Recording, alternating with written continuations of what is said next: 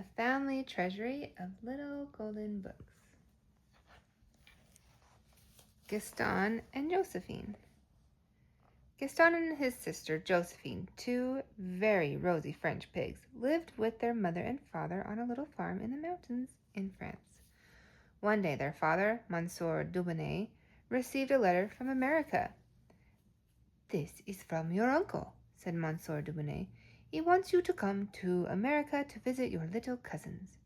Gaston and Josephine clapped their hands and danced with joy.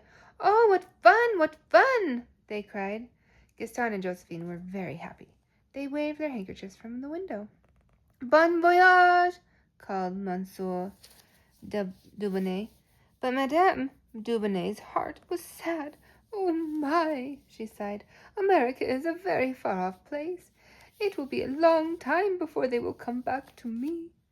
The train had hardly left the station when Gaston and Josephine discovered that they were hungry. They went to the dining car and ordered all the good things on the menu. When the train reached Paris, the little pigs were very tired and went to a small hotel. After a good night's sleep, Gaston was up and dressed early, but Josephine felt lazy and had her breakfast in bed. They rode all through the streets of Paris in a big blue bus. Gaston and Josephine opened their eyes very wide. The bus crossed the bridge to the Place de la Concorde. "What a lovely city," said the two little pigs. The trees on the Champs-Élysées were so green in the bright sunshine, and there was the river Seine. After lunch, they went to the Jardin des Plantes. That is the name of the zoo in Paris. Josephine gave peanuts to a monkey who thanked her and said, "Au revoir, mademoiselle." The lion and the tiger did not like peanuts. They would much rather have eaten the little rosy pigs themselves. After a while, Gaston and Josephine felt hot and thirsty, so they decided to sit on the terrace of a little cafe near the zoo.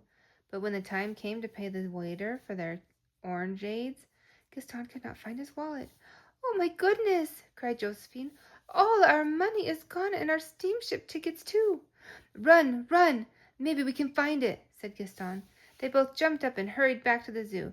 They heard, bless you, someone call them. It was the monkey Josephine had fed with peanuts.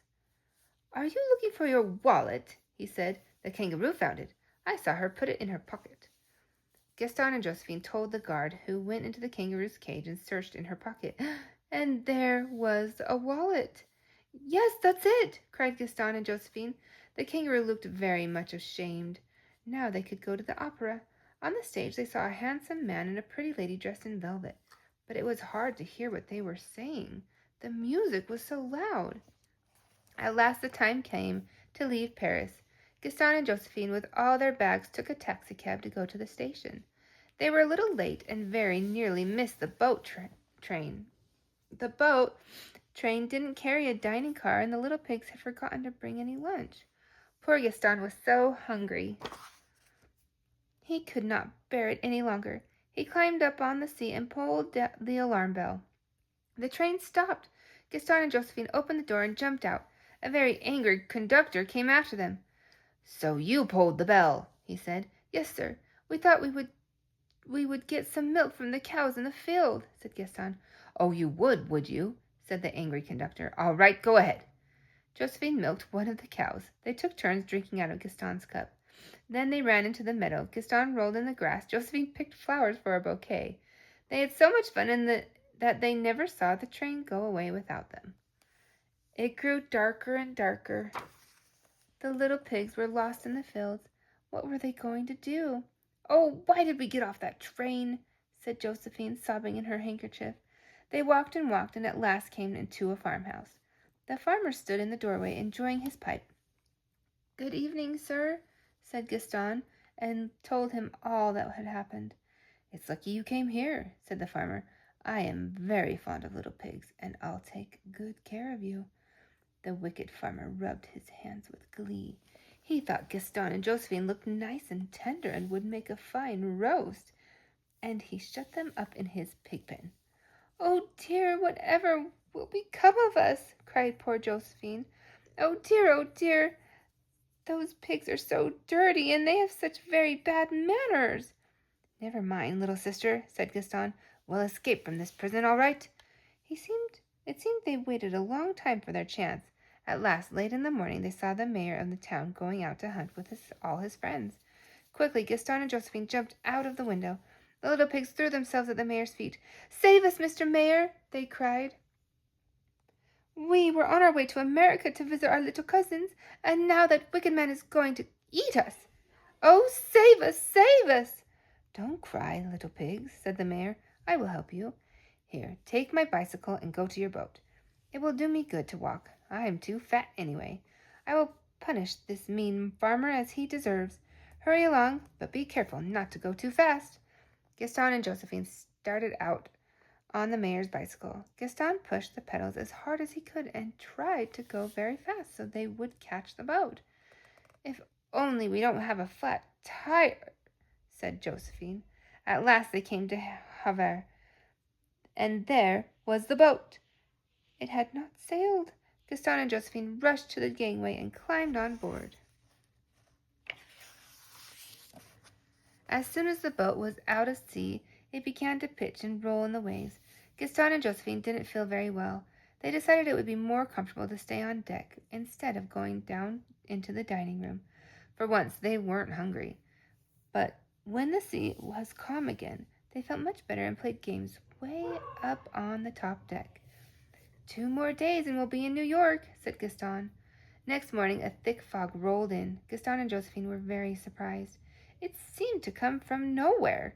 The horizon disappeared, then the sky, then even the water. They saw the captain running. He looked very worried. "What's the matter, sir?" asked Gaston, running after him. "The siren is out of order," said the captain, "and now other boats cannot hear us coming. This is a dreadful fog, and goodness knows what will happen to us." It was a desperate situation. The passengers were afraid. The captain was very brave.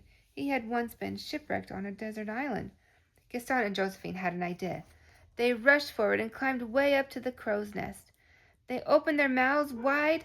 "Squeak! Squeak! Squeak!" What a good idea! The other ships heard the little pigs and kept out of the way. The captain was very proud of the 2 little French passengers and took care of them. He sent them hot milk to keep them from getting hoarse. After a while, the fog lifted. Gaston and Josephine were heroes. They looked modest and even blushed a little, but really they were very proud. All the passengers congratulated them. "You are wonderful little pigs," said the captain. "Without you, we all might have drowned." And he invited them to have dinner at his table. At last the boat arrived in New York. Reporters and many other important people came in tugs to meet Gaston and Josephine. They had heard all about them over the radio. Their uncle and cousins were waiting on the pier. They too had heard how Gaston and Josephine saved the ship.